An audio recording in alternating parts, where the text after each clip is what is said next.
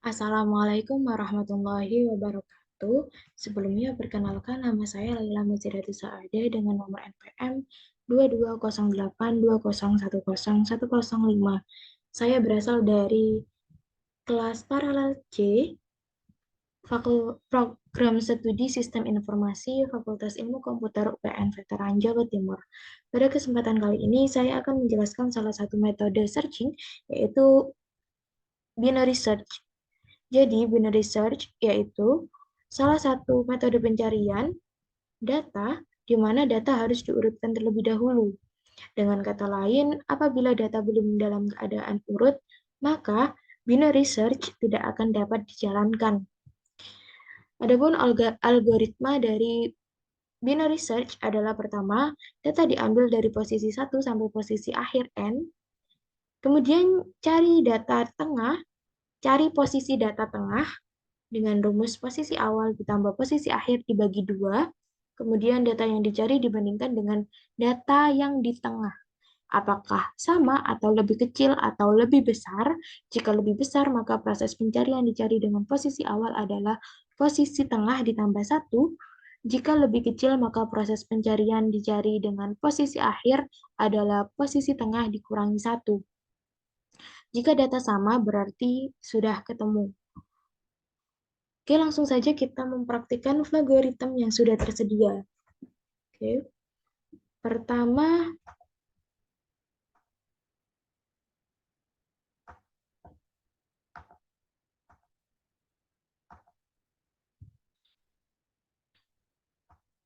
kita akan mendeklarasikan string array list of name dengan panjang array 5, lalu ada string array list of emails dengan panjang array 5, lalu ada string search name yang berfungsi untuk memasukkan nama yang akan kita cari emailnya nanti.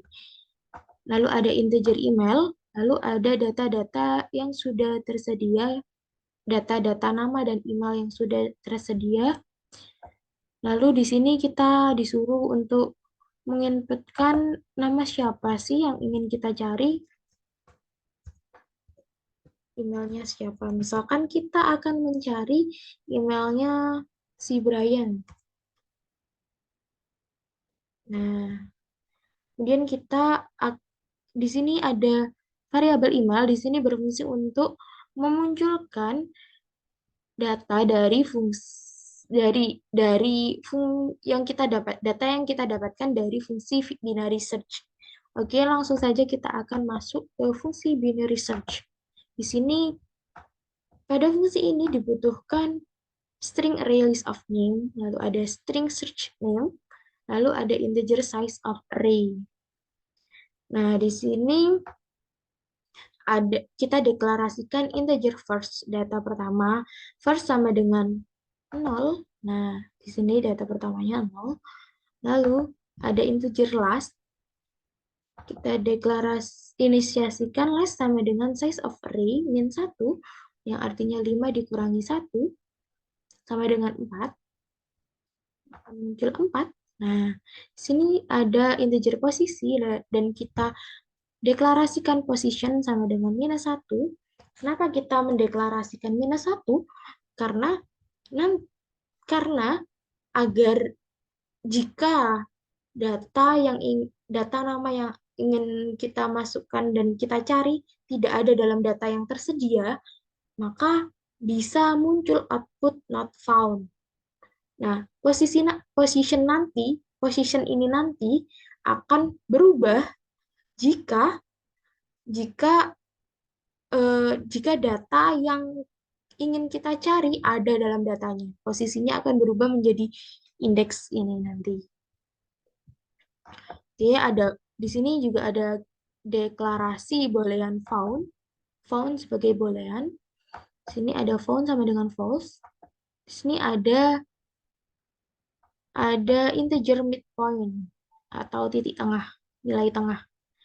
Lalu di sini kita menggunakan looping while. Kenapa while? Karena di sini kita belum tahu batasnya. Kenapa tidak for? Karena loopingan for digunakan ketika kita sudah tahu nih loopingnya berapa. batas loopingnya berapa.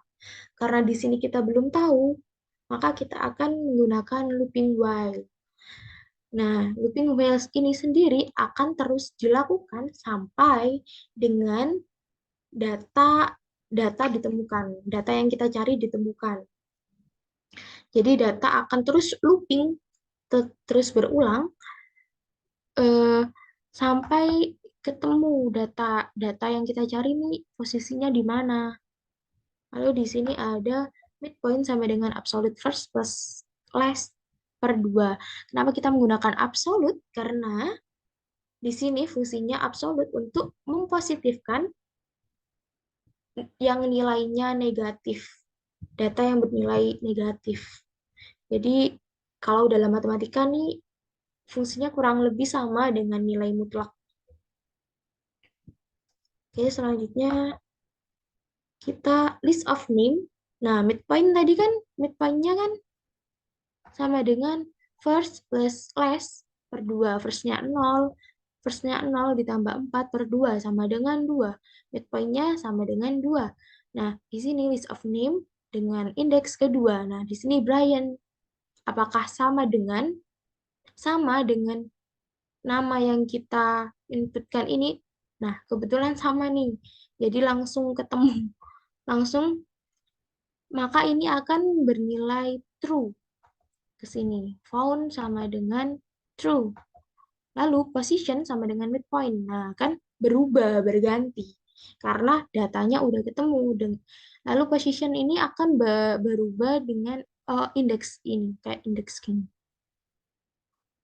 Indeks data yang kita cari.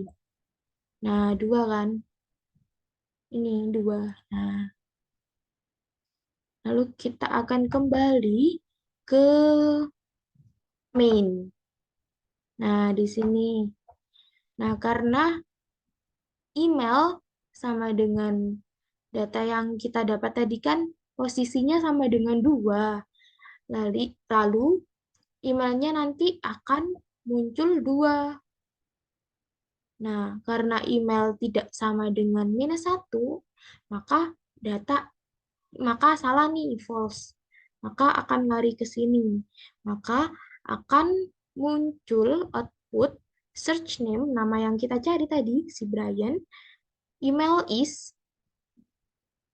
list of email indeks kedua ini. Emailnya si Brian. Maka akan muncul emailnya si Brian.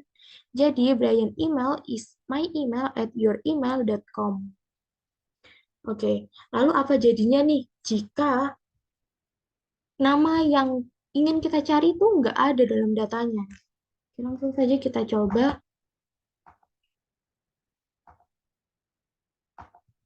Nah, misalkan kita ingin mencari emailnya si Gabriel.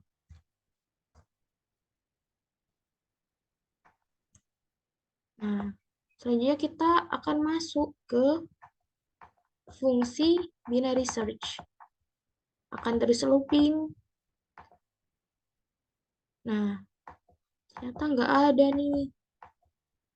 Looping terus. Ternyata nggak ada. Dan posisinya akan tetap -1. Lalu ini akan kembali ke main. Nah, nah, karena posisinya tidak berubah, tadi nilai awalnya kan -1. Karena data tidak ditemukan, maka posisinya kan sama, -1. Nah, emailnya nanti juga akan muncul -1.